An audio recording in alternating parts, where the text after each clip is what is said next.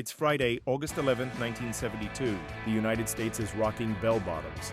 Nixon is in the White House, and the average American is about to head into a weekend of barbecue, baseball, and maybe a questionable disco dance move or two. Beneath the polyester and sideburns, the country's got a lot going on. From war headlines to big sports wins, from radio chart toppers to movie moments that would become classics. We're going to spend the day hour by hour to see exactly what America was talking about. No Instagram, no TikTok, just rotary phones, gas station attendants, and maybe a CB radio if you were feeling fancy. Milk bottles clink on porches. The smell of percolating coffee fills kitchens. Dad flips through the newspaper, muttering about politics. Mom makes toast for the kids. Somewhere, a high school senior irons a pair of bell-bottoms, already planning their outfit for tonight's drive-in date. AM radios crackle with news updates between bursts of static. The voice is calm, but the headlines aren't. In Washington, the top story is President Richard Nixon signing legislation to limit court-ordered busing for school desegregation. Supporters say it's about letting local districts make their own decisions. Critics see it as a step backward for civil rights. In small-town diners, the debate is already in full swing.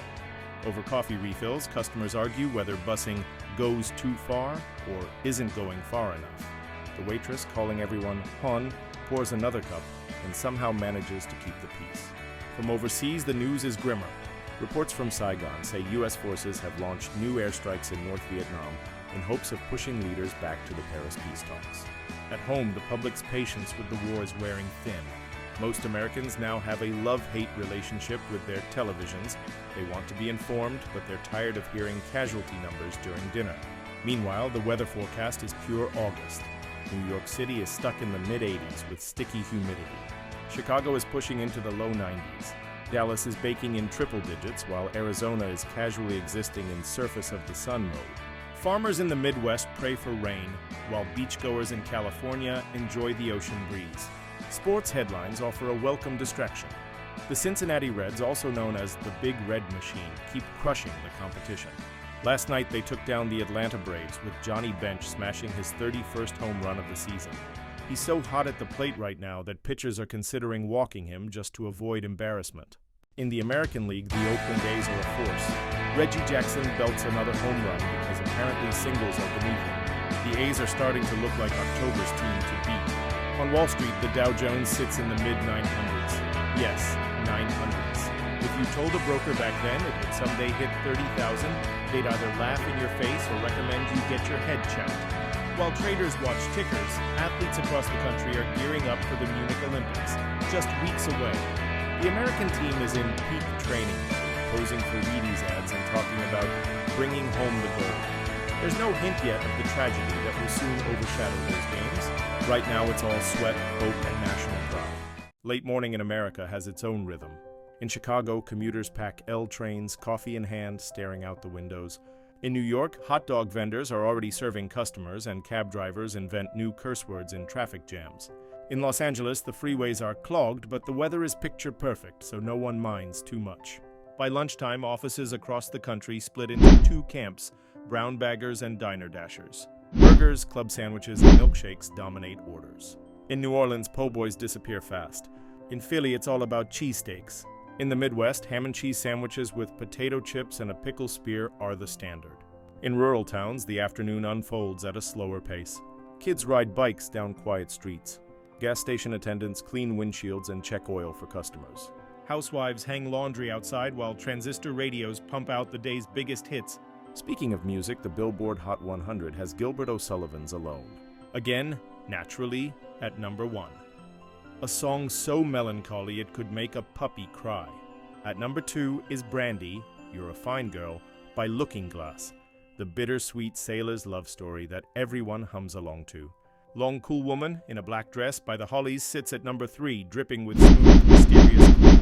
Meanwhile, on FM rock stations, Deep Purple's Smoke on the Water is everywhere, and teenage boys with cheap guitars are butchering the riff in garages nationwide.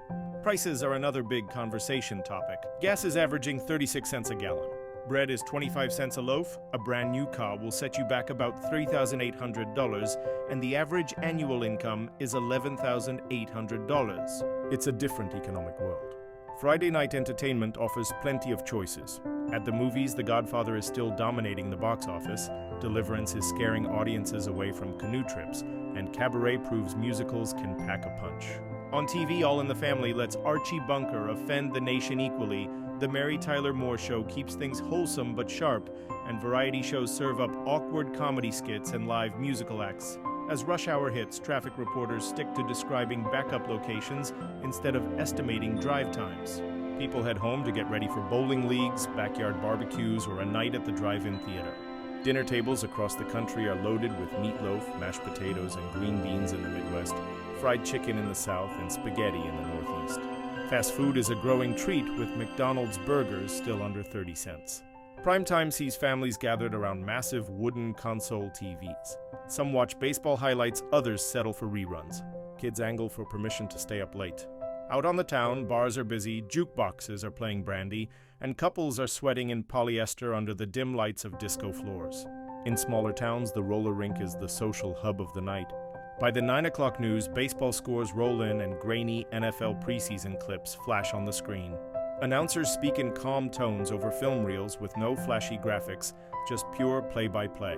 At 10, the late news covers Vietnam, Nixon's latest moves, and the weekend weather. Some TV stations close with the national anthem before going dark until morning. By midnight, most of the country is quiet. Porch lights go out, streets empty, and people turn in. The weekend is just hours away. August 11, 1972 was a day of political controversy, sports heroics, cheap gas, bell-bottom fashion, and music that still finds its way onto playlists today. Life moved at a slower pace, but the conversations about war, equality, and where the country was headed were as lively then as they are now.